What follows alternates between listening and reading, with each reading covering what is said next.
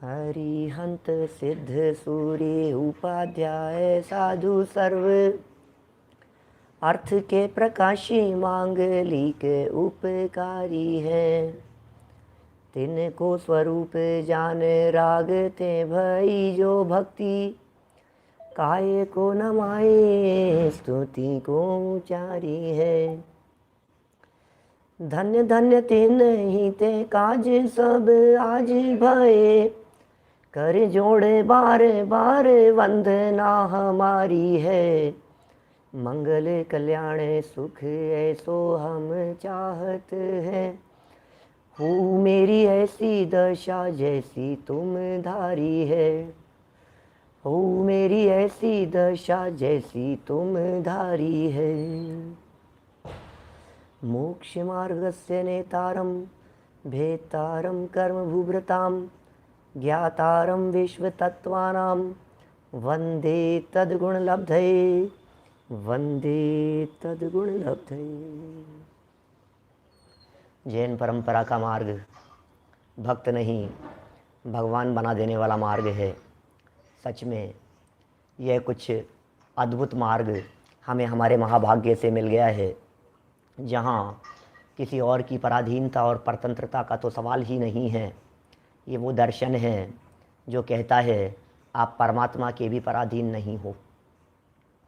ये कैसा दर्शन है, ये कैसा संप्रदाय है जो ये कहता है आप भगवान के भी अधीन नहीं हैं। आपको भगवान से भी डरने की ज़रूरत नहीं है, क्योंकि भगवान कुछ बुरा नहीं करते, तो भला तो कि भला भी नहीं करते। प्रत्येक व्यक्ति को अपने अपने कर्मों का फल अपने आप मिलता है। यह कर्मों की व्यवस्था बहुत अद्भुत है। इतनी सुंदर ऑटोमेटिक व्यवस्था कि इस व्यवस्था का करने वाला कोई नहीं। स्वयं परिणमित स्वतंत्र इधर इस जीव ने भाव किए और उधर कर्म वर्गणाएं कर्म पुद्गल परमाणु आत्मा के साथ में आकर के चिपक गए। ऐसी ऑटोमेटिक स्वसंचालित व्यवस्था है कि इधर यह जीव जो भी विचार करता है और उस विचार के फल में तुरंत इससे कर्म बंध जाते हैं। विचार के तत्काल कोई गैप नहीं है उसमें समय का। प्रश्न खड़ा हुआ था हमारे चित्त में, आखिर ये कर्म बंधते क्यों हैं, और हमने बंध के विविध प्रकार के कारणों की चर्चा की। सच में हमारी श्रद्धा बदलनी चाहिए, हमारी मान्यता बदलनी चाहिए, हमारा विश्वास बदलना चाहिए। कहते हैं ना, श्रद्धा से संसार टिका है, श्रद्धा से आसमान टिका है। विश्वास बड़ी चीज़ है, विश्वास करके देखिए। लेकिन जो ये विश्वास है वो विश्वास क्या है? जो ये विश्वास है, ये विश्वास किस पर करना है, ये भी तो सोचिए। क्या आप किसी चोर पर विश्वास कर लेंगे तो सफल हो पाएंगे? क्या आप किसी बेईमान, डाकू, लुटेरे, ठग उस पर विश्वास करेंगे तो क्या होगा? विश्वास कीजिए, भगवान पर भी कीजिए विश्वास। मैं नहीं कहता हूं कि परमात्मा पर विश्वास नहीं होना चाहिए, लेकिन परमात्मा पर विश्वास का मतलब है परमात्मा की वाणी पर विश्वास। परमात्मा पर विश्वास का मतलब है उनके द्वारा प्रतिपादित सिद्धांतों पर विश्वास। मुझे आपके ऊपर विश्वास है, मैं आपका बहुत सम्मान करता हूं, लेकिन आपकी बात नहीं मानता, इसे सम्मान कैसे कहें? बात मानने का नाम ही तो सम्मान होता है। हम मुनिराजों को मानते हैं, लेकिन मुनिराजों की बात नहीं माने तो फिर क्या सम्मान किया उनका? हम शास्त्र को मानते हैं, लेकिन शास्त्र की बात नहीं माने तो क्या सम्मान किया? सम्मान होता है, रेस्पेक्ट होता है उस बात को स्वीकार करना। आखिर कर्म क्यों बंधते हैं? इसलिए बंधते हैं कि हमने विश्वास नहीं किया परमात्मा की वाणी पर, हमने विश्वास नहीं किया जिनवाणी के ऊपर। हमने आज तक भगवान महावीर स्वामी की मानी ही नहीं। जो लोग जूम पर हैं वे अपने फ़ोन को चेक कर लेवें, उनकी आवाज़ आ रही है, अपने फ़ोन को म्यूट कर लेवें।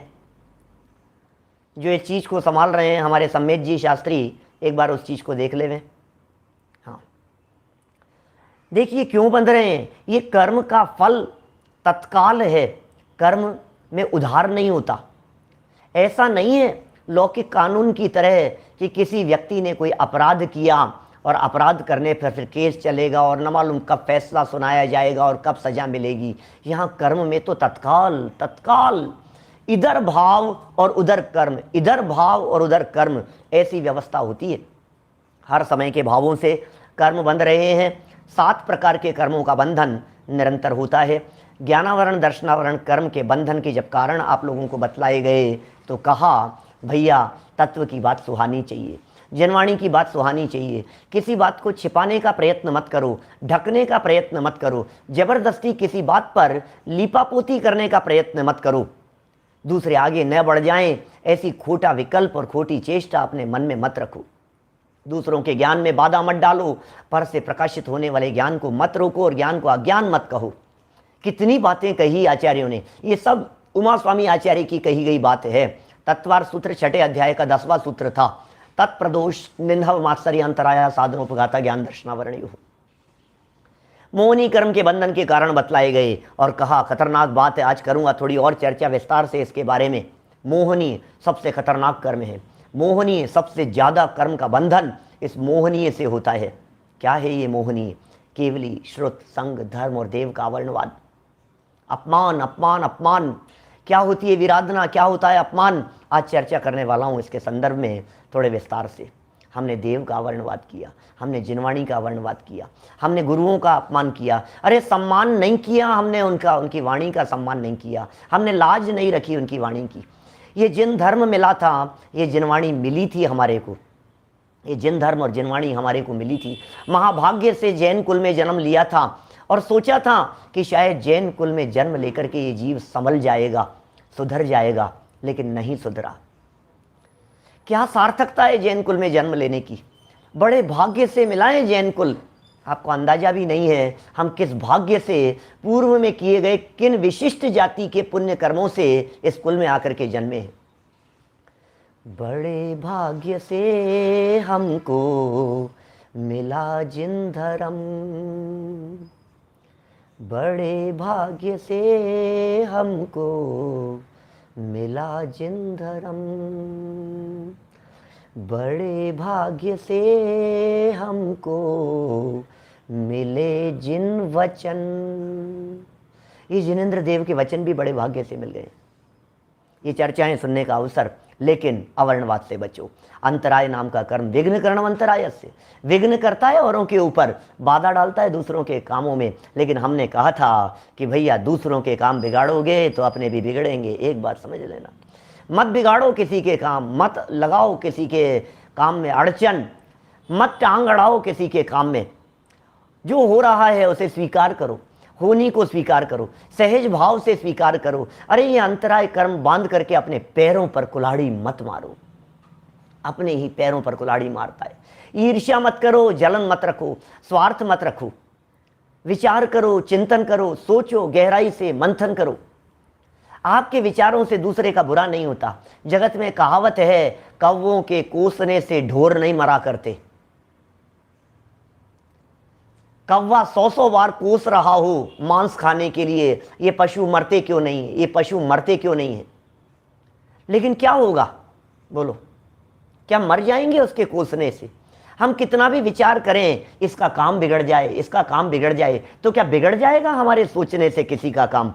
हम कितना भी विचार करें इसका अनर्थ हो जाए, इसका नाश हो जाए, इसको सजा मिल जाए, इसके संकट आ जाएं, इसका बिजनेस नहीं चले, ये क्यों बढ़ रहा है, ये आगे नहीं बढ़ जाएं, हम कितना भी दूसरे के बारे में सोचते रहें, लेकिन हमारे सोचने से क्या दूसरे का बिगड़ जाएगा? रंच मात्र भी नहीं बिगड़ेगा तो फिर किसका बिगड़ेगा? कि इन विचार मात्र से हमारे जो सोच और इससे जो कर्म बंधा है, विघ्न करणम अंतराय से जो बात यहाँ कह दी गई है, अपना ही अनर्थ हो जाएगा। अपने पैरों पर कुल्हाड़ी, अपने ही काम बिगाड़ोगे, अपने ही काम बिगाड़ोगे। इसलिए सावधान रहें इस अंतराय कर्म से।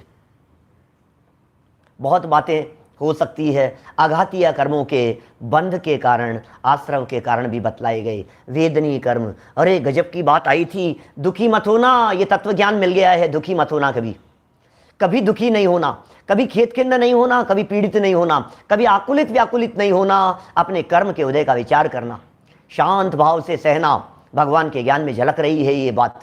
मेरे ही द्वारा किए गए कर्म हैं, मैं किसको दोष दूं, किसके ऊपर उंगली उठाऊं, मैं किससे कहूं भाई साहब। अपनी गलती, अपना दोष सहज स्वीकृति और शांत भाव से सहन करो उसे। क्यों? क्योंकि दुखी होने के परिणामों से नए कर्म बंधते हैं। सजल भाई, सत्य कहा है, बड़े पंडित जी का वाक्य है, भाव किसी के लिए भी बिगाड़ो, भव तो अपना ही बिगड़ेगा। भाव हमने इसके लिए बिगाड़े, भाव हमने इसके लिए बिगाड़े, भाव हमने इसके लिए बिगाड़े, लेकिन भव किसका बिगड़ा ये बताओ? भव तो अपना ही बिगड़ने वाला है। तो बी अलर्ट भाई साहब। ये जो बात कह रहे हैं जिनवाणी, जो बात कह रही है, वेदनीय कर्म ने कितनी पॉजिटिविटी ला दी है। मैं कभी दुखी नहीं होता, मैं कभी परेशान नहीं होता, और जब भी परेशान होता हूं, जिनवाणी की बात और कर्म सिद्धांत की बात याद आते ही मैं सहज हो जाता हूं। वस्तु स्वतंत्रता की बात याद आते ही मैं सहज हो जाता हूं, मैं निराकुल हो जाता हूं, मैं निश्चिंत हो जाता हूं, मेरे चेहरे पर मुस्कान आ जाती है। ये कर्म सिद्धांत मुझे निश्चिंत कर रहा है, ये कर्म सिद्धांत मुझे निर्विकल्प कर रहा है, ये कर्म सिद्धांत मुझे परेशान नहीं कर रहा है, सहज रहने की कला सिखा रहा है। आयु नाम का कर्म नरक आयु बंधन के कारण बतलाए, तिर्यंच आयु बंधन के कारण बतलाए। मनुष्यों में ये जीव क्यों जन्म लेता है, देवगति में क्यों चला जाता है, ये भी बंधन है आयु कर्म का भी खूब चर्चा की। नाम कर्म योगों की वक्रता, विसंवाद, शरीर की विकृति, शरीर की विकृति शरीर को विकृत बना देती है, देह की विकृति इस जीव को विकृत बना देती है। पूर्व कर्म के उदय से जो कुछ भी हुआ हो, सहज रहो, शांत रहो। अरे सारी शरीर की व्यवस्थाओं को जब संभालने वाला कर्म मौजूद है, तो तुम क्यों देखते हो इस देह की तरफ? देह से भिन्न अपने आत्मा की तरफ देखो। शरीर से दृष्टि हटाओ, चेतन पर दृष्टि लाओ। तन से दृष्टि हटाओ, चेतन पर दृष्टि लाओ। बाहर से दृष्टि हटाओ, अंदर में दृष्टि लाओ। जिस व्यवस्था को संभालने वाला कोई दूसरा व्यक्ति होता है, उस व्यवस्था को संभालने के बारे में हमें विकल्प नहीं आते, हम निर्विकल्प हो जाते हैं। जिस व्यवस्था को कोई व्यक्ति बहुत जिम्मेदारी से संभाल रहा हो, हमें पता लग जाए इस व्यवस्था को इन्होंने बहुत जिम्मेदारी से संभाल रखा है, सच बतलाइए आपके दिमाग से वो सारे विकल्प उतर जाते हैं कि नहीं उतरते हैं? सोचना गंभीरता से जो बात कह रहा हूं इसके बारे में। मैं ज़्यादा लंबायमान नहीं करना चाहता, क्योंकि मुझे कल संपन्न करनी है अपनी इस सभा को, कल तक चलेगा बस। बातें इतनी उछल रही है क्या कहूं। छोटे मोटे घर गृहस्थी के आयोजन हो, हमारे शादी विवाह का आयोजन हो, हमने जिम्मेदारियां लोगों को संभला रखी हो। किसी को भोजन की व्यवस्था संभला दी, किसी को बाजार से सामान लाने की व्यवस्था संभला दी, किसी को कार्ड बांटने की व्यवस्था संभला दी, किसी व्यक्ति को हमने मेहमानों को ठहराने की व्यवस्था संभला दी, किसी को आने जाने की व्यवस्था संभला दी। अब बतलाइए भाई साहब, नवीन जी भाई साहब बोलो। अब हमने कहा भोजन के बारे में कि शाम को कौन सी मिठाई बनने वाली है, आप क्या होंगे, यार मेरे से मत पूछो, ये व्यवस्था उनके पास में, उनसे पूछ लो। बिल्कुल प्रैक्टिकल है ना ये बात। हमारे माथे से वजन उतर जाता है ना पाड़िया जी, बोलो कितना वजन उतर गया है हमारे दिमाग से, क्योंकि व्यवस्था किसी और ने संभाल रखी है। अरे ये 8 कर्म हमें निश्चिंत कर रहे हैं, व्यवस्थाएं, ज्ञान की व्यवस्था, दर्शन की व्यवस्था, जगत की व्यवस्था, संयोगों की व्यवस्था, परिस्थितियों की व्यवस्था, जिंदा रहेगा कि मौत आ जाएगी, शरीर की व्यवस्था किस प्रकार की होगी, आंखों के ऊपर चश्मा किस प्रकार का होगा और आंखों की रोशनी किस प्रकार की होगी, तन के ऊपर कुर्ता किस प्रकार का होगा, कितनी प्रशंसा मिलेगी और कितनी अपयश मिलेगी, ये सारी व्यवस्थाएं कर्मों ने संभाल रखी है। तो हम क्या करें? निश्चिंत हो जाओ, निश्चिंत हो जाओ, निश्चिंत हो जाओ, शांत रहो, सहज रहो। लेकिन पता नहीं क्यों ये जीव पाप करता रहता है। इतने सारे कर्मों की व्यवस्था जब हमने बतलाई, तो फिर देखो आप, हमें दिखाई देता है ये जीव पाप तो हंसते हंसते करता है। ओहो, हंसते हंसते पाप करता है, मौज करता रहता है, मजाक उड़ाता रहता है, लोगों की निंदा और आलोचना करता रहता है, न मालूम क्या क्या। बोलो कितने पाप नहीं होते हमारे द्वारा, कितने पाप नहीं किए जाते हमारे द्वारा, लेकिन किंतु जब फल भोगने का अवसर आता है तो रोता है। दिख रहे होंगे आपको दृश्य, कुछ दिखाई दे रहे हैं।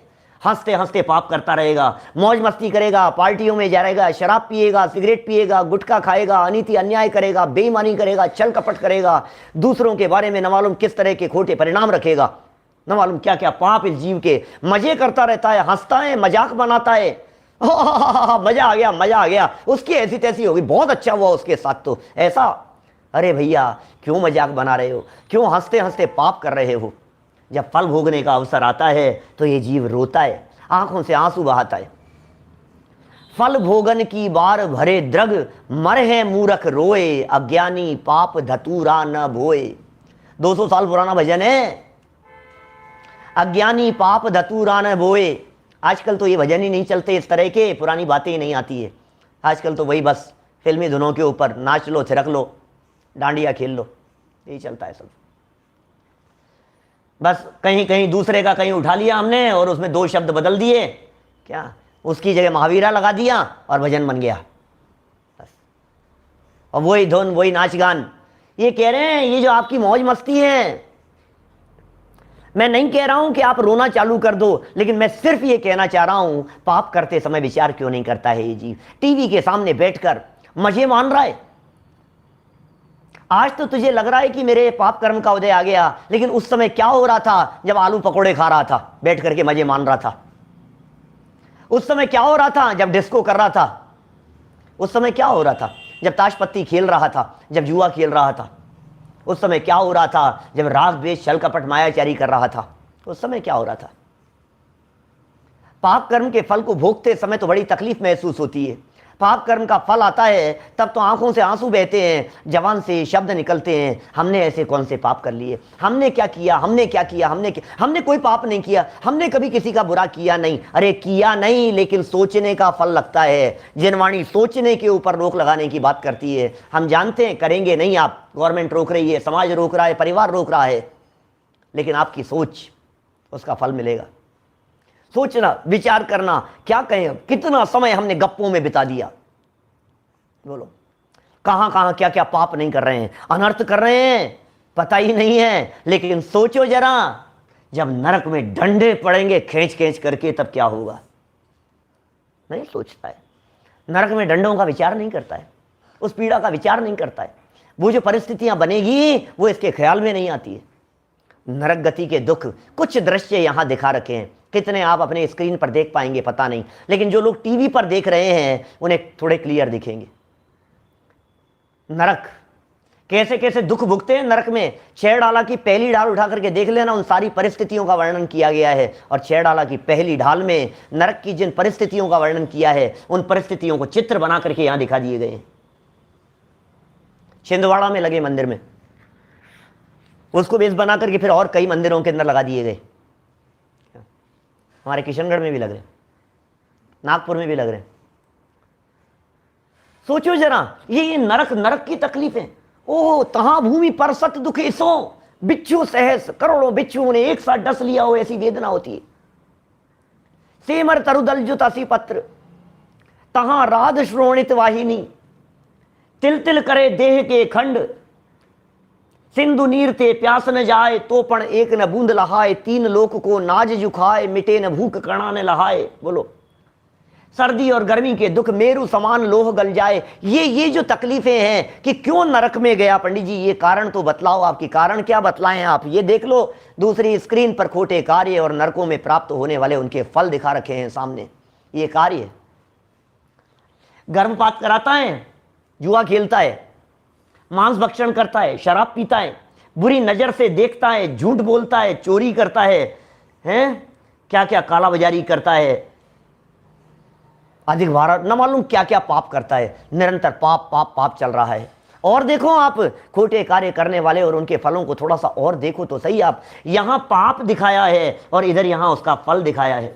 गर्भपात करा लिया, अबॉर्शन करा लिया, मुनिराजों पर उपसर्ग करता है, आत्महत्या करना महापाप, आत्महत्या कर लेता है। आत्महत्या का परिणाम जिसके मन में आ गया है, उसने कैसा खोटा कर्म बांधा है उसे अंदाजा नहीं है। आत्महत्या के परिणाम मात्र से महापाप बंधता है। मिलावट करता है न मालूम क्या क्या काला बाजारी करता है और दुनिया भर की उठा पटक करता रहता है। तब विचार नहीं आता है, तब विचार नहीं आता है कि इनका फल क्या होगा। उस समय नहीं सोचता है। और देखो आप खोटे कार्य करने वाले और उनके फल, चुगली करता है, खोटे पाप करता है, छिप करके पाप करता है, रात्रि भोजन करता है, अरे वॉशरूम में आपके सिंक में एसिड डाल देता है और फिर रोजाना आलोचना पाठ बोलते हुए कहता है, क्या कहता है, कोसन के जीव मराए। कोसों तक के जीव मर जाते हैं, आपको अंदाजा नहीं है क्या स्थितियां बनती है।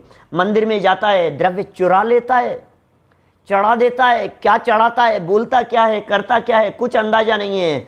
अनीति, अन्याय, अभक्ष, न मालूम क्या क्या पाप चलते रहते हैं। और सोचो जरा, विचार तो कर, जरा विचार तो कर भैया, जब इन पाप कर्मों का फल मिलेगा तो क्या भुगतना पड़ेगा तुझे।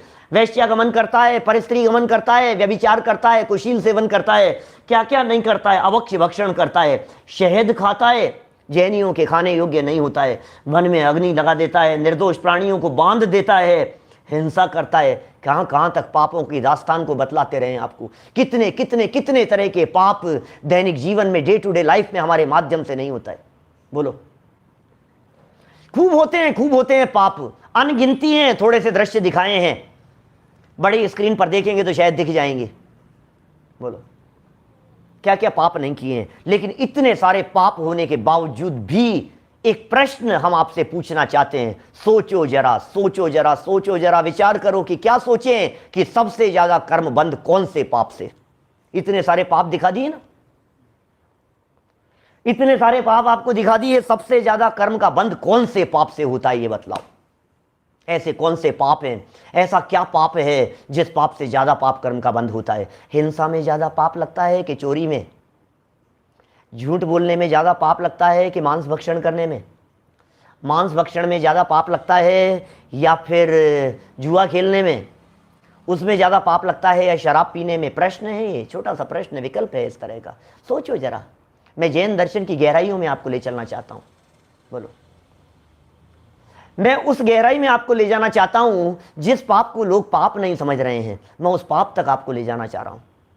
हिंसा, झूठ, चोरी, कुशील, सप्त व्यसन, जानते हैं? या कोई और आपके दिमाग में कोई और पाप आ रहा है क्या? अरे इसका तो बहुत बड़ा पाप लगेगा, इसका तो बहुत बड़ा पाप लगेगा। कौन सा है वो पाप जो पाप सबसे ज्यादा कर्म बंद को करता है? उस पाप का नाम क्या है? मैं नहीं कह रहा हूं, जिनवाणी कह रही है, शास्त्र कह रहे हैं कि सप्त व्यसन से भी बड़ा पाप यदि किसी को कहा गया है तो उसे कहा है मिथ्यात्व।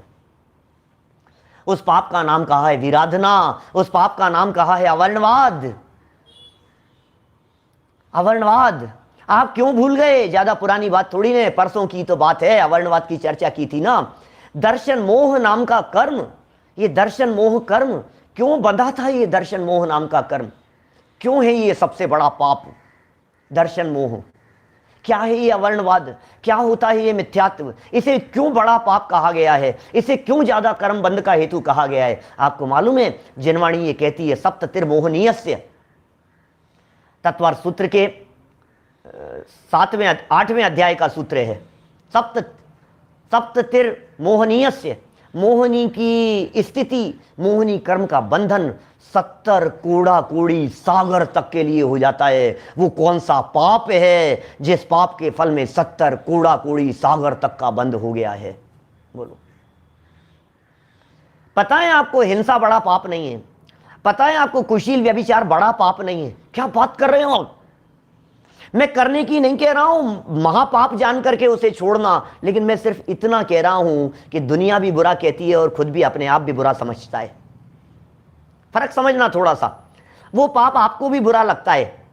जब व्यक्ति मांस खाता है तो उस व्यक्ति को अंदर से गिल्टी फील होने लगती है, यार समथिंग वेंट रॉन्ग।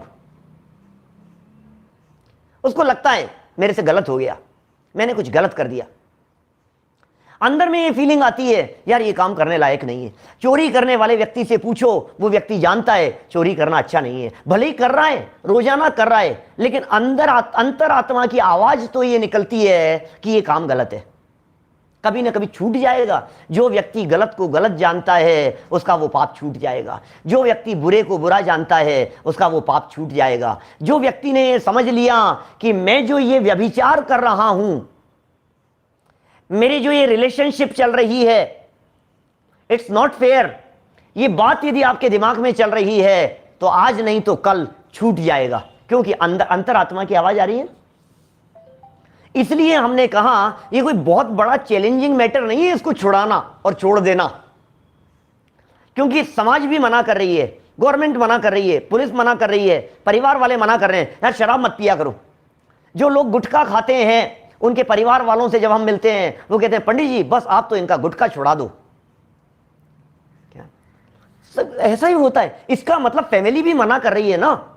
और अंदर से भी उसको लगता है कि हाँ यार मैं छोड़ना चाहता हूं।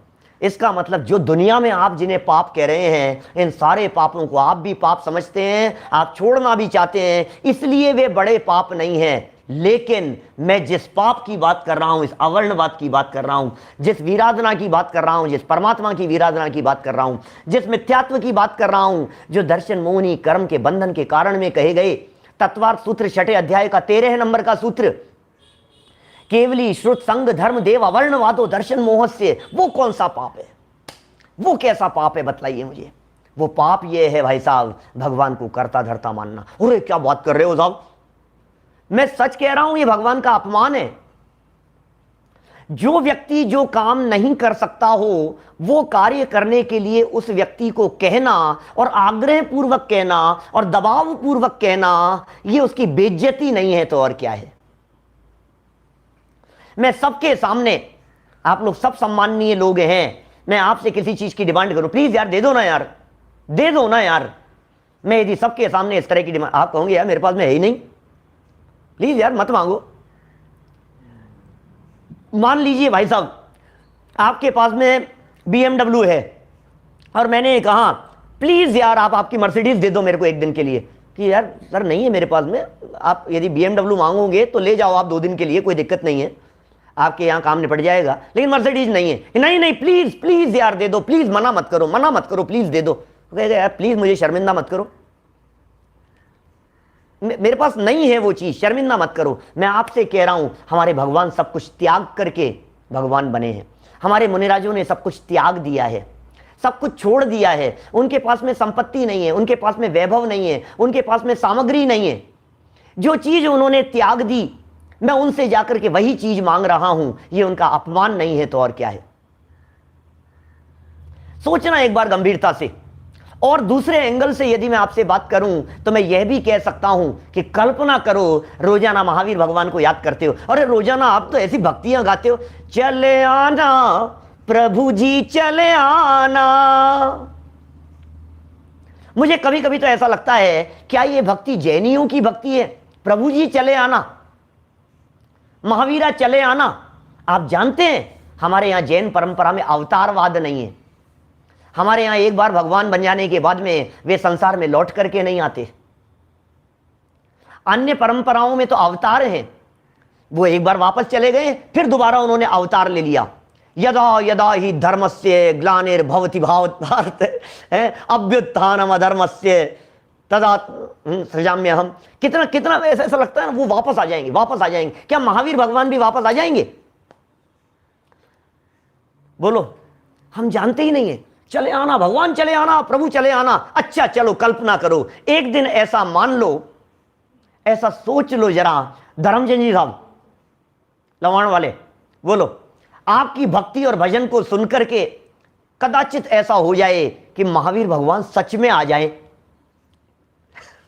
कल्पना ही कर रहे हैं अपन तो बात कर रहे हैं। कल्पना करो सामने आ जाए तो आप क्या कहोगे? अरे यार मजा आ गया, मजा आ गया। तो महावीर भगवान ने आपसे पूछा, बोल भक्त बोल, क्या कहना है तुझे? रोज रोज मुझे आवाज लगाता था, आज मैं तेरे सामने आ गया, बोल तुझे क्या कहना है? महावीर भगवान बस ये 2 करोड़ की डील फाइनल करवा दो। क्या क्या डिमांड करेंगे आप? महावीर भगवान बस एक अच्छा सा बंगला दिला दो मेरे को। क्या आप क्या डिमांड करेंगे? महावीर भगवान यद्यपि क्रोध नहीं है उनको, लेकिन डांट लगाएंगे खींच करके कि नालायक, तुझे समझ में नहीं आती है। 30 साल तक मैंने समव शरण में बैठ करके ये उपदेश दिया। भगवान महावीर स्वामी को 42 वर्ष की उम्र में केवल ज्ञान हो गया था ना। वे 42 वर्ष की उम्र में भगवान बन गए थे ना, अरहंत बन गए थे ना। 72 वर्ष की उम्र में उन्होंने निर्वाण की प्राप्ति हुई। 30 साल तक भगवान महावीर स्वामी समव शरण में बैठकर उपदेश देते रहे, जगत के जीवों को संदेश देते रहे, धर्म सिखाते रहे, धर्म मार्ग बतलाते रहे। ये आ गए सामने और महावीर भगवान सामने आकर के डांट लगाते हैं, नालायक, मैंने यही सिखाया था, तू मेरे से धन मांग रहा है, तू मुझसे वैभव मांग रहा है, तू मुझसे संपत्ति मांग रहा है, तुझे शर्म नहीं आती? मेरा उपदेश तो यह है कि इन चीजों में सुख नहीं है। मेरा संदेश तो यह है कि इनमें शांति नहीं है। मेरा संदेश तो यह है कि इकट्ठे कर लो चाहे जितने हीरे मोती, मगर याद रखो चित्त में शांति नहीं मिलती। कितना इकट्ठा कर ले वे। दादा की लाइन है पूजन की, बहुमूल्य जगत का वैभव यह है, क्या हमको सुखी बना सकता। कितनी सुंदर लाइन है, विचार नहीं कर रहे हैं हम। बहुमूल्य जगत का वैभव यह है, क्या हमको सुखी बना सकता। अरे पूर्णता पाने में क्या इसकी है आवश्यकता। बोलो कितना पैसा चाहिए मुनि बनने के लिए? है क्या बोल रहे हो? मुनि बनने के लिए पैसा? भाई साहब, मुनियों का मार्ग साधना का मार्ग है, मुनिराजों का मार्ग सुख का मार्ग है। कुंद कुंदाचार्य देव प्रवचन सार 201 नंबर गाथा के अंदर कहते हैं, परिवज्जदु सामन्नम यदि इच्छति दुख परिमोक्षम। हे जीव, यदि तू दुखों से मुक्त होना चाहता है तो मुनिव्रत अंगीकार कर। देखो तो सही मुनिराजों का स्वरूप। आप उनसे मांग रहे हो जिन्होंने जीवन भर इनमें सुख नहीं है ये संदेश दिया। शर्म तो आनी चाहिए थोड़ी सी। न विचार है, न विवेक है, न चिंतन है, न सोचता है, और मांगे जा रहा है। रोजाना नई डिमांड ले जाकर के भगवान के सामने रख देता है। इसका नाम है वीराधना, इसका नाम है पाप, इसका नाम है अपराध। ये है महापाप भैया, ये बतला रहा हूं आपको।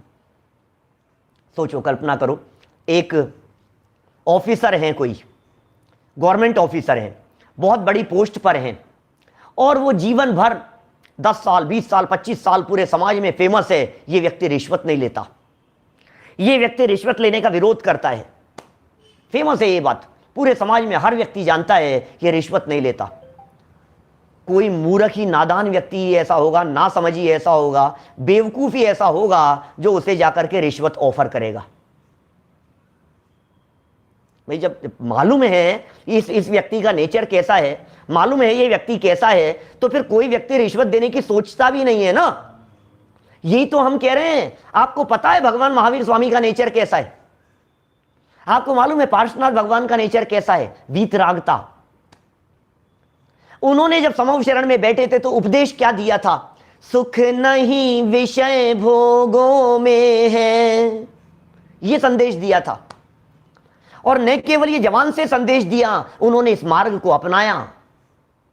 राजमहल छोड़े उन्होंने, सुख सुविधाएं छोड़ी उन्होंने, दीक्षा अंगीकार की उन्होंने। क्यों? क्योंकि इनमें सुख नहीं है।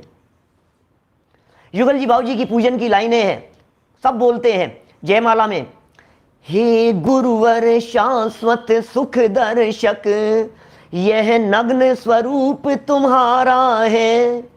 हे गुरुवर, हे मुनिराजों, हे दिगंबर संतों, हे वीतरागी संतों, आपका ये नग्न स्वरूप जगत के जीवों को ये संदेश दे रहा है, शाश्वत सुख विषय भोगों में नहीं है, शाश्वत सुख बाहरी वस्तुओं को त्याग कर अपने आत्मा की आराधना में है। ये मुनिराजों का नग्न स्वरूप क्या संदेश दे रहा है, ये नग्न दिगंबर वीतरागी प्रतिमाएं क्या संदेश दे रही है? सोचो जरा, सोचो तो सही, क्या कर रहे हैं? जिन्होंने सब कुछ छोड़ दिया उनसे वही चीज मांग रहे हो। जिनके पास में जो चीज नहीं है वो चीज उनसे मांगोगे तो कैसे मिलेगी? मुझे एक प्रसंग याद आता है। चौपाटी पर एक व्यक्ति घूम रहा था, मुंबई की चौपाटी पर। और मुंबई की चौपाटी पर घूमते घूमते, उल्लास भाई, चौपाटी पर घूमते घूमते उसके पास में एक तरबूज उसने खरीदा। और तरबूज लेकर के थोड़ी जल्दी थी, दौड़ रहा था, और दौड़ते दौड़ते जा रहा था, अचानक ठोकर लगी और तरबूज हाथ से गिर गया।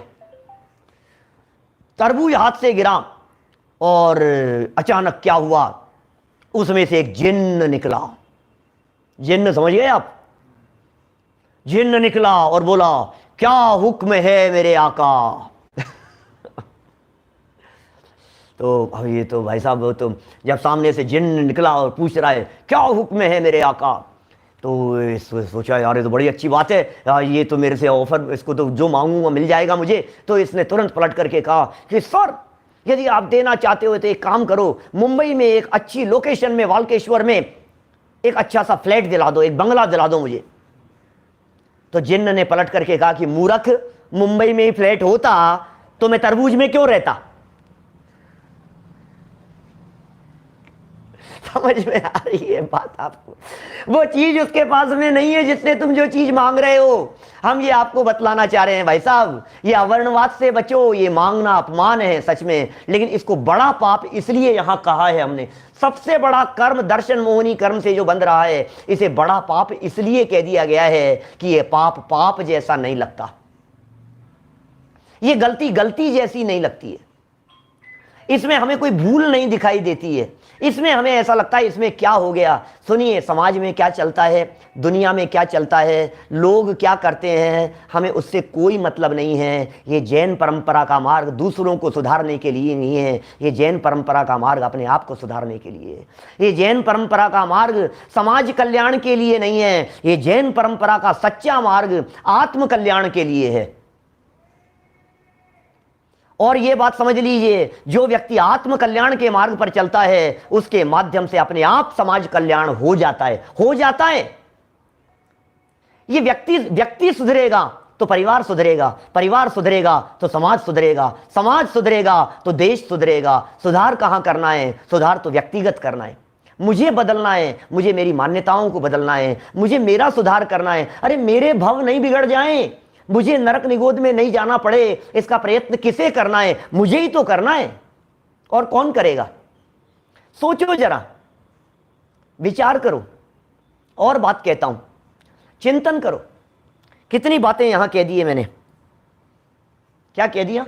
सोचो, विचारो, चिंतन करो। किसके बारे में सोचें पंडित जी? एक बात बतलाओ आप, किसके बारे में सोचें, किसके बारे में विचार करें और किसके बारे में चिंतन करें? इसके बारे में चिंतन करो कि विराधना का फल क्या होगा। पाप तो कर लिए, इस विराधना का फल क्या होगा? क्या किसी और को नहीं सुधारना, मुझे सुधारना है। अपना लोटा छान करके पियो, जगत में ये कहावत है। क्या हमें अपना लोटा छान करके पीना है। मैं नरक में नहीं चला जाऊं, मैं निगोद में नहीं चला जाऊं, मेरा चतुर्गति परिभ्रमण नहीं हो, इस विराधना का फल क्या होगा? एक समय की विराधना, एक समय की विराधना, एक समय की चूक में अनंत काल गंवा देता है ये जीव।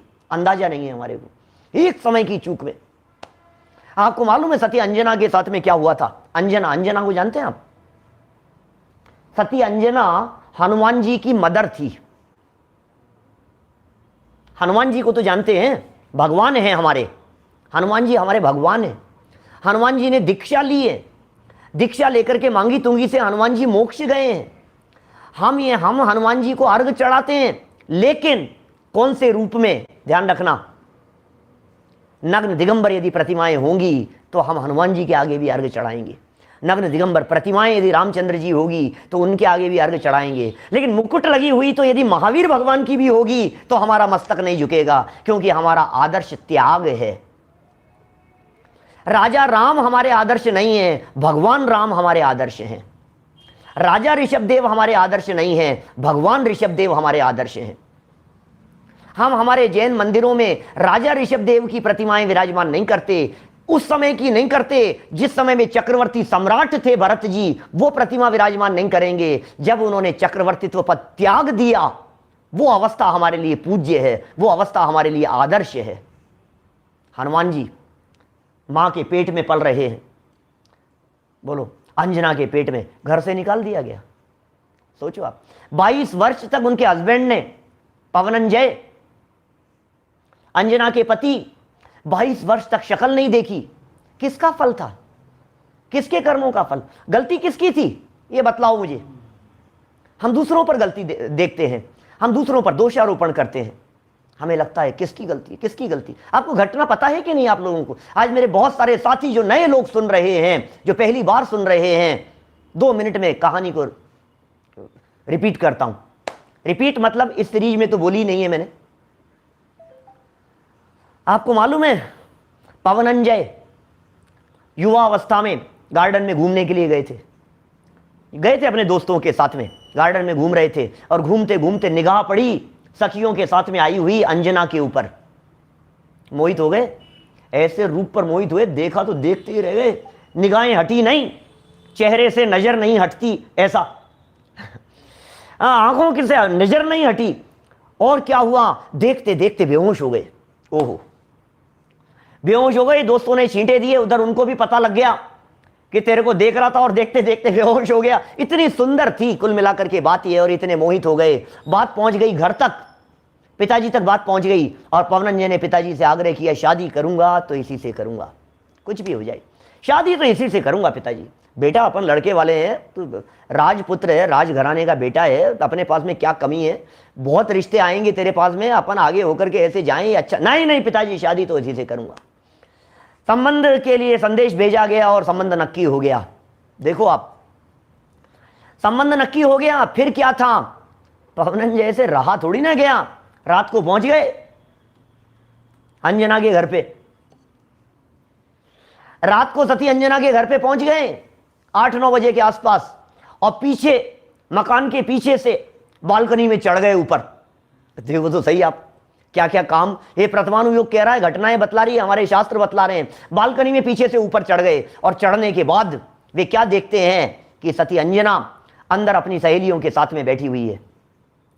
सहेलियां बातें कर रही है, और बातें करते हुए कह रही है, क्या कह रही है, अरे ये वही लड़का है ना जो उस दिन गार्डन में देख के बेहोश हो गया था, जिससे तेरा संबंध नक्की हुआ, ये वही है ना। एक ने ये कहा वही लड़का है, दूसरी सहेली ने ये कहा अब तो लगता है तुझे देख के होश में ही नहीं आएगा। भाई सहेलियां हैं, दोस्त है, आपस में हंसी मजाक चल रही है, और ये शर्मा गई, इसने कोई जवाब नहीं दिया। पवनंजय के दिमाग में ये बात इतनी खल गई, इतनी खल गई पवनंजय के दिमाग में, कि पवनंजय ने पता है क्या किया, शादी हो गई डे फर्स्ट से लेकर के 22 वर्ष तक अंजना की शक्ल नहीं देखी।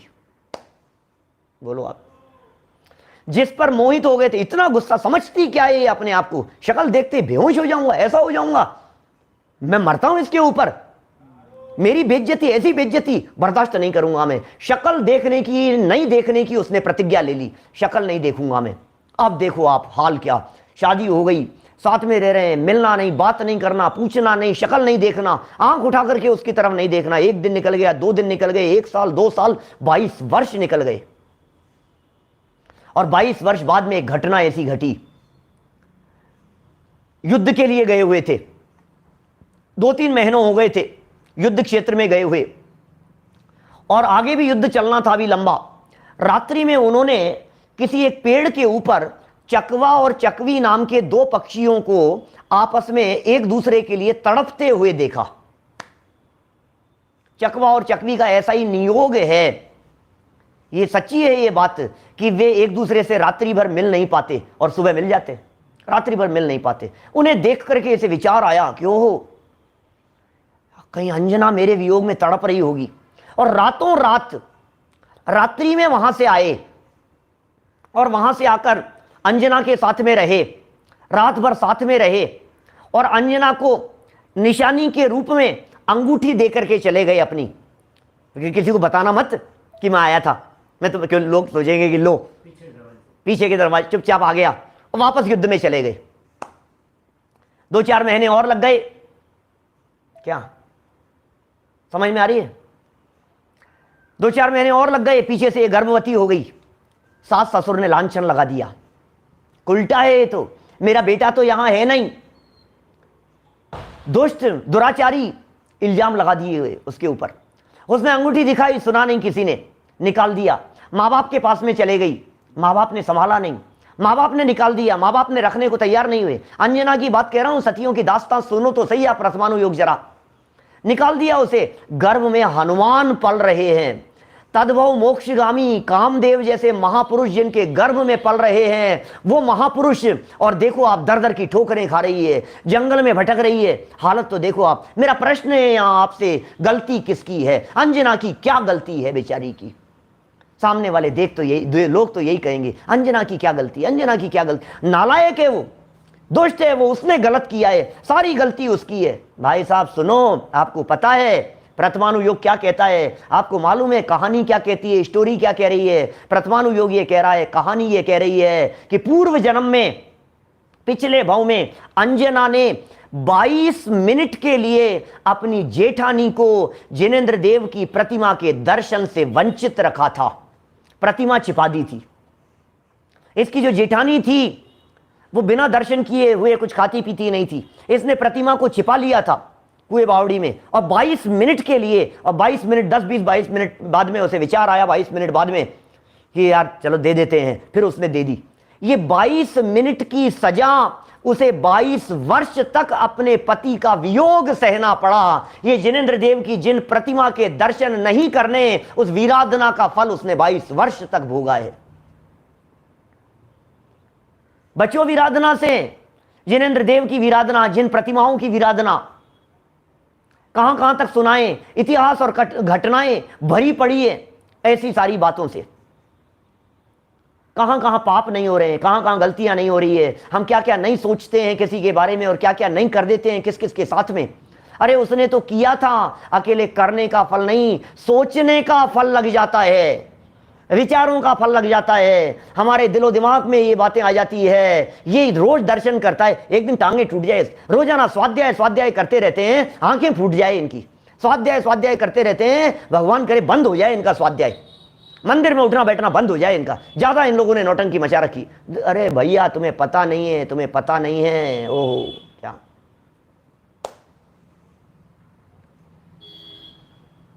लोगों को ऐसा लग रहा है, प्रश्न मेरे सामने आ रहा है, प्रतिमा को छू सकती है क्या? अरे पापी लोग क्या नहीं कर सकते हैं, मुझे ये बतलाइए। जिसके मन में पाप आ गया है वो क्या नहीं करेगा? पाप की तो भावना आई थी चुराने की, इसलिए चुरा ली उसने। बोलो प्रतिमा को कोई व्यक्ति कपड़े पहने हुए छू सकता है कि नहीं? तो फिर चोर लोग चोरी कैसे कर लेते हैं? पापी व्यक्ति पाप में कुछ भी कर सकता है, पाप परिणामों में कुछ भी किया जा सकता है। सुनो बात क्या कहें हम आपसे, और क्या कहें हम, एक घटना याद आ रही है, वसंत तिलका की घटना। सुनते हैं पढ़ते हैं तो रोंगटे खड़े हो जाते हैं। कार्तिकेय अनुप्रेक्षा की घटना सुनी है? सुनी होगी, बहुत लोगों ने सुनी होगी, लेकिन बहुतों ने नहीं भी सुनी होगी, इसलिए सुनाता हूं।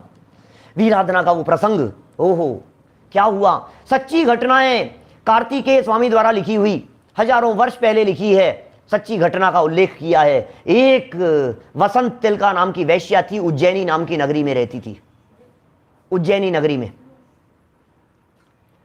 और पता है क्या हुआ, वो वैश्या वहां रहती थी।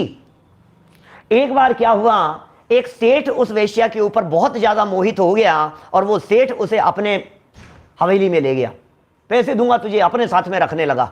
जब वो गर्भवती हो गई तो शरीर बिगड़ गया, शरीर बिगड़ गया, सेठ ने उसको छोड़ दिया। जब सेठ ने उसको छोड़ दिया, फिर पता है क्या हुआ, जब उसे छोड़ दिया तो उसने जुड़वा बच्चों को जन्म दिया, अपने ही यहां रह करके, वापस आ गई लौट करके, जुड़वा बच्चों को जन्म दे दिया, एक बच्चा और एक बच्ची, एक बच्चा और एक बच्ची, जुड़वा बच्चों को जन्म दे दिया। अब क्या करें, क्या बच्चों को पालें और कौन क्या होगा। उसने कंबल में लपेटा, एक दरवाजे पर बच्ची को रख दिया और एक दरवाजे पर बच्चे को रख दिया, और अपने वैश्यावृत्ति का काम करने लगी। और बच्चों को उठा करके अलग अलग लोग ले गए, कोई बच्ची को उठा करके कोई दूसरी जगह कोई बंजारे ले गए, उन्होंने पाला पोसा बड़ा किया। इधर बच्चे को उठा करके कोई दूसरी दिशा में, दक्षिण दिशा की तरफ कोई ले गए। देखो आप प्रकृति की व्यवस्था देखना, जरा कर्मों की व्यवस्था देखना, विचित्र देखना क्या स्थिति बन जाती है। ओहो ऐसी विचित्रता बन गई, ऐसी परिस्थिति बन गई कि जब 18-20 साल निकल गए और वे दोनों बड़े हो गए तो उनकी अरेंज मैरिज हो गई। जुड़वा भाई बहन, सगे भाई बहन, एक ही मां के बच्चे, किसी को पता नहीं है, दोनों बंजारे थे, अरेंज मैरिज हुई उन दोनों की। कहानी यहीं खत्म नहीं होती है भाई साहब, कहानी यहीं खत्म नहीं होती है, आगे दर्दनाक दास्तान तो अब खड़ी होगी। दोनों की शादी हो गई, सुखपूर्वक रहने लगे। पुत्र का नाम था धनदेव, लड़की का नाम था कमला। धनदेव और कमला का विवाह हो गया। मां का नाम था वसंत तिलका। दोनों बच्चों को पता नहीं है कि हम जुड़वा भाई बहन हैं, मां को पता नहीं है ये बच्चे हैं, बच्चों को पता नहीं है हम किनकी संतान हैं। व्यापार के काम से धनदेव को बार बार में आए दिन उज्जैनी आना पड़ता था, और प्रकृति का ऐसा योग बना कि वो धनदेव वसंत तिलका नाम की वैश्या पर मोहित हो गया। ओहो क्या करें भाई साहब, कौन थी वो मां थी उसकी। और ऐसा मोहित हो गया कि जब आता था उसके साथ में रहता था, उसके साथ में रात बिताता था। अब देखो जरा स्थिति क्या बन रही है। अरे घटना चक्र तो ऐसा आगे घूमता है कि वसंत तिलका और धनदेव के संयोग और संभोग से फिर एक बच्चे का जन्म हो गया। ओहो अब आचार्य कार्तिकेय स्वामी ये कहते हैं जिस बच्चे का जन्म हुआ है उस बच्चे की वसंत तिलका क्या लगती है, रिलेशन बतलाओ। 18 नाते बतलाए, 18 नाते एक ही जन्म में, बोलो। वसंत तिलका और उस बच्चे के साथ में 6 रिलेशन बतलाए, 6 रिलेशन सगे। धनदेव और उस बच्चे के साथ में 6 रिलेशन है सच्चे। कमला और उस बच्चे के साथ में 6 रिलेशन है पक्के। एक दिन वो कमला साथ में आई कहीं और उस बच्चे को देखा, और उस बच्चे को देख करके कमला को पता नहीं क्यों राग भाव उमड़ा। जब जब उसे देखती थी उसे बहुत राग भाव आता था, ऐसा परिणाम आता था। तो उसने मुनिराज से जाकर के पूछा कि मुनिराज मुझे उस बच्चे को देख करके मेरा कोई संबंध नहीं है, रिलेशन नहीं है, क्यों ऐसे भाव आ रहे हैं। तो मुनिराज ने बतलाया 6 रिलेशन बतलाए। वसंत तिलका उस बच्चे की मां है क्योंकि जन्म देने वाली है, लेकिन बाप की मां है इसलिए दादी भी है। जो मां है वही दादी है। क्या बात कर रहे हो आप? जो मां है वही दादी भी हो गई है कि हाँ जी बिल्कुल। और सुनो, ऐसे ऐसे रिलेशन बतलाए हैं इस तरह से घुमा घुमा करके कि मां की मां है, क्योंकि यदि वसंत ये धनदेव जो है, धनदेव की बहन है कमला, कमला धनदेव की बहन है ना, तो इसकी हो गई बुआ। या ऐसा समझ लीजिए ये इसकी सौत है, वसंत तिलका की सौत है कमला, क्योंकि धनदेव की वाइफ वो भी हो गई और ये भी हो गई, तो सौत है। तो मां बन गई, बच्चे की मां हो गई कमला। और मां की मां को कहते हैं नानी। कमला की मां है वसंत तिलका, तो मां की मां हो गई नानी। तो वसंत तिलका नानी भी हो गई, वसंत तिलका दादी भी हो गई, वसंत तिलका मां भी हो गई। सोचो तो सही, जरा उस प्रसंग को देखेंगे तो आपको ऐसे लगेगा रोंगटे खड़े हो जाएंगे, यार ये क्या है स्थिति। मैं आपसे कहता हूं सच्ची घटनाएं, क्या दुनिया में ऐसी घटनाएं घटती नहीं होगी? क्या दुनिया में ऐसे प्रसंग नहीं बनते होंगे? क्या दुनिया में इस तरह की परिस्थितियां नहीं बनती होगी? रोड एक्सीडेंट हो जाते हैं, हाईवे पर डेथ हो जाती। अरे इस घटना के बारे में तो कह दिया आचार्य देव ने, तो हमें पता लग गया। यदि वे नहीं कहते तो किसको क्या पता लग रहा है किसके साथ में किसके क्या रिलेशन है और क्या संबंध है। लेकिन मुझे कहानी को यहां खत्म नहीं करना है, मुझे तो ये बतलाना है। मुनिराज ने बतलाया ये रिलेशनों के संदर्भ में ये ऐसी परिस्थितियां क्यों बनी। अब सुनना जरा गंभीरता से, ये ऐसी परिस्थितियां क्यों बनी। तो मुनिराज कहते हैं पूर्व जन्म में तुम दोनों भाई बहन थे, नहीं दोनों भाई थे, मित्र थे, दोनों मित्र या भाई, देखना एग्जैक्ट क्या है। और क्या हुआ, स्कूल से पढ़ करके आ रहे थे। स्कूल से पढ़ करके आते समय रास्ते में आते समय एक बुजुर्ग मुनिराज के साथ में एक युवा आर्यिका माता को कोई जिज्ञासा समाधान करते हुए देखा। बुजुर्ग मुनिराज थे, 70-80 साल के मुनिराज होंगे और 20-22 साल की कोई आर्यिका होंगी। उनसे कोई जिज्ञासा समाधान करते हुए पूछा, देखा कोई बात नहीं, देख करके आगे बढ़ गए। आगे जाकर के एक दूसरा दृश्य दिखाई दिया। एक बहुत बुजुर्ग आर्यिका के साथ में युवा मुनिराज कुछ चर्चा कर रहे हैं। बुजुर्ग आर्यिका हैं 80 साल की उम्र वाली, और जवान मुनिराज हैं 22 साल की उम्र वाले, आपस में चर्चा कर रहे हैं। इन दोनों दोस्तों ने, दोनों भाइयों ने ऐसा हंसी की, ऐसा मजाक किया, प्रकृति ने कैसा मेल मिलाया है, बूढ़िया को जवान और जवान को बुढ़िया। ये क्या है, क्या हालत है, देखो तो क्या क्या है, हंसना हंसी। अब बात गई, खत्म हो गई। सुनो, इतना सा परिणाम, इतना सा विचार, और इतने से परिणाम और इतने से विचार से ऐसे कर्म बांध लिए कि तुमने सोचा ना, इस प्रकृति ने तुम्हारे साथ में ऐसा खिलवाड़ कर दिया कि तुम्हारे सगे भाई बहन तुम्हारी शादी हो गई। हम क्या क्या पाप नहीं कर रहे हैं, हम क्या क्या नहीं सोच रहे हैं, हम किस किस के साथ में क्या क्या नहीं कर रहे हैं, हमारे दिलो दिमाग में किस किस की हंसी नहीं उड़ा रहे हैं, किस किस की मजाक नहीं बना रहे हैं, किसकी निंदा और आलोचना नहीं कर रहे हैं। भाई साहब सोचो जरा, जब मैं इस तरह की घटना सुनाता हूं तो बहुत सारे लोग कहते हैं पंडित जी घबराहट हो रही है, घबराहट हो रही है, पंडित जी घबराहट हो रही है, क्या करें आप, हमने पता नहीं क्या क्या पाप नहीं किए। जब मैं विदेशों में लोगों से बात करता हूं, जब मैं अमेरिका में बात करता हूं, जब मैं ऑस्ट्रेलिया के अंदर लोगों से पूछता हूं, लोग ऐसे मिलते हैं, अरे पंडित जी आपको पता नहीं है, आज तो हम बहुत सुधर गए, आपको पता नहीं है हमने क्या क्या नहीं किए, हम कैसे थे। लंदन में मिलते हैं मुझे लोग, ऐसे कहते हैं, अरे पंडित जी आपको पता नहीं है हम कैसे थे, हम क्या क्या नहीं करते थे, हम क्या बताएं पंडित जी हमारी लाइफ किस तरह की थी। ऐसी बातें करते हैं लोग। और आज जब आपकी घटना सुन रहे हैं हमें घबराहट हो रही है, घबराहट हो रही है हमारे को, क्या करें। तो सुनो, कर्मों का फल तो मिलता ही है, कर्म का फल तो मिलता ही है। मैं आपको इस चिंता में छोड़ करके जाने वाला नहीं हूं। 5 मिनट है अभी मेरे पास में। जब कभी ऐसी घटनाएं सुना दी जाती है तो लोगों की रातों की नींद उड़ जाती है, लोग चिंतित हो जाते हैं, घबराहट में नींद नहीं आती है। हे भगवान मैंने क्या क्या नहीं किया, हे भगवान मैंने क्या क्या नहीं किया, हे भगवान क्या क्या पाप नहीं किए मैंने, क्या होगा। आचार्य देव कह रहे हैं कर्म का फल तो मिलता ही है, कर्म का फल तो मिलता ही है। जे कर्म पूर्व किए फल तो मिलेगा बेटा, फल तो मिलेगा। हे भगवान कोई उपाय है क्या, कोई मंत्र बतला दो, कोई उपाय बतला दो। है आपके पास में कोई दवा, है आपके पास में कुछ, क्या करूं मैं, कोई प्रायश्चित बतला दो, क्या करूं मैं, बोलो।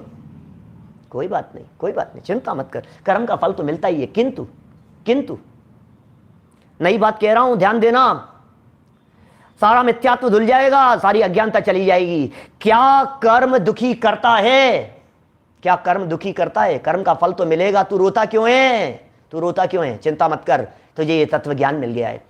रोता क्यों है, तुझे आत्मा और परमात्मा की समझने वाला है, समझ दिलाने वाले ये गुरु मिल गए हैं, ये योग मिल गया है। चिंता मत कर, कर्म का फल तो आता है, इट्स ट्रू, ये परम सत्य है कि कर्म का फल आता है। लेकिन लेकिन लेकिन क्या कर्म का फल इस जीव को दुखी करने में समर्थ है? क्या कर्म का फल इस जीव को दुखी करेगा? कर्म का फल संयोगों पर आता है, कर्म का फल परिस्थितियों पर आता है।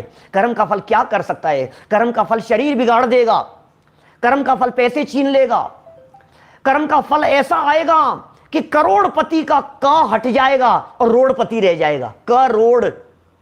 करोड़पति है ना, क हट गया और रोड़पति रह गया। ऐसा कर्म का उदय आएगा कर्म का उदय। लेकिन मैं आपसे कहना चाहता हूं, क्या कर्म का उदय इस जीव को दुखी करता है? क्या कर्म का उदय इस जीव को दुखी करने में समर्थ है? क्या कर्म का उदय हमें परेशान कर सकता है? उदय संयोग और परिस्थितियां क्रिएट कर सकता है, लेकिन दुखी होना और नहीं होना ये कर्म के हाथ में नहीं है, ये परिस्थिति के हाथ में नहीं है, ये हमारी मनस्थिति के हाथ में है। कर्म का उदय किस पर नहीं आया है? कर्म का फल किसे नहीं मिला है? ज्ञानियों को क्या कर्म का फल नहीं मिलता है? ज्ञानियों के ऊपर भी कर्म के फल आए हैं, खूब परिस्थितियां बनी हैं, खूब प्रतिकूलताएं बनी हैं उनके साथ में। अरे औरों की क्या बात करें, साक्षात तीर्थंकर बनने वाले मुनि पार्श्वनाथ स्वामी के ऊपर कमठ उपसर्ग करने लग गया तो उपसर्ग और संकट की परिस्थितियां तो बन गई। चिंता क्यों करते हो? पाप के उदय से कोई पापी नहीं होता। उदय पाप का है, फल कहते हैं उदय, कर्म का उदय जो बांधे थे ना, उसका फल, उसका उदय। उदय से कोई पापी नहीं होता, पाप भाव से पापी होता है। पाप कर्म का फल मिल रहा है लेकिन पाप परिणाम नहीं है तो पापी नहीं है व्यक्ति, पाप भाव से पापी होता है। कर्म का फल मिलेगा लेकिन कर्म का फल मिलने पर दुखी नहीं होऊंगा मैं, क्योंकि मुझे कुछ और मिल गया है। क्या अब रोने की जरूरत नहीं है, माथे पर सिगड़ी जल रही है। गज कुमार मुनिराज प्रथमानुयोग कह रहे हैं माथे पर सिगड़ी जल रही है, ओहो सर पर सिगड़ी जल रही है और अंदर शांति का वेदन कर रहे हैं। और अज्ञानी जीव बाहर एसी चल रहा है और अंदर कषायों की ज्वाला में जल रहा है।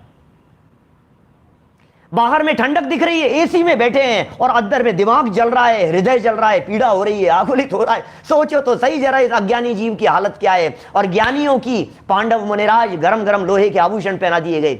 युधिष्ठिर, भीम, अर्जुन, नकुल, सहदेव, तीन इनमें से मोक्ष गए हैं। युधिष्ठिर, भीम और अर्जुन भगवान है, इनकी प्रतिमाएं विराजमान है। दोनों शत्रुंजय से मोक्ष गए हैं। युधिष्ठिर, भीम और अर्जुन दीक्षा ली, इन्होंने भगवान बने। गरम गरम लोहे के आभूषण पहना दिए गए। पाप कर्म का उदय, लेकिन पापी कितने हैं? पापी नहीं है। अरे कर्म का उदय आता है तो आने दो, मत देखो कर्म के उदय की तरफ। क्या बिगाड़ देंगे ये कर्म हमारा? फल ही तो देंगे, बोलो फल ही तो देंगे, कोई बात नहीं, आने दो ना। दृढ़ता रखो, किस बात पर? विश्वास रखो ये कर्म का उदय मेरा ही है। दोषारोपण मत करो किसी और के ऊपर, मत देखो किसी और के ऊपर, निर्दोष तत्व को देखो। अरे स्वभाव निर्दोष है, त्रिकाल आत्मा शुद्ध निर्दोष अंदर में विराजमान है। द्रव्य दृष्टि से देखने पर उसकी दृष्टि देने से ये कर्म कट जाते हैं, उसकी दृष्टि देने से ये कर्म छूट जाते हैं। वो दृष्टि करने योग्य है, वो अपनाने योग्य है। आने दो कर्म का उदय, मैं तैयार हूं, आने दो कर्म का उदय, मेरा क्या बिगाड़ लेगा मैं भी देखता हूं। यदि मैं मजबूत हूं तो क्या कर लेगा, हार्ट फेल कर दे कोई बात नहीं। हार्ट फेल किया है ना, अरे हार्ट मेरा नहीं है, ये जिनवाणी कह रही है। शरीर बिगाड़ा है ना, शरीर मेरा नहीं है, ये जिनवाणी कह रही है। बोलो, सोचो जरा, कल्पना करो, कुछ बातें कही है भाई साहब आपके सामने, विचार और चिंतन के लिए कुछ मुद्दे रखे हैं। क्या कर्म का उदय इस जीव को दुखी कर सकता है? विचार करना, चिंतन करना, फिर इन कर्म के उदय, इन कर्मों के उदय में परिवर्तन, इन कर्मों से छूटने के उपाय, इनसे बचने के उपाय कल अंतिम प्रवचन के रूप में हम इसकी चर्चा करेंगे। लेकिन विचार करना, गहराई से विचार करना, विचार करना और विचार करना और आराधना करना। वीराधना से बचने का एकमात्र उपाय है आराधना। आराधना करो, आराधना करो, विचार करो। हम सभी आराधना करें, इन सिद्धांतों को समझें और इन सिद्धांतों को समझ करके अपने जीवन में उतारें। इसी मंगल भावना से बात को यहीं विराम देता हूं।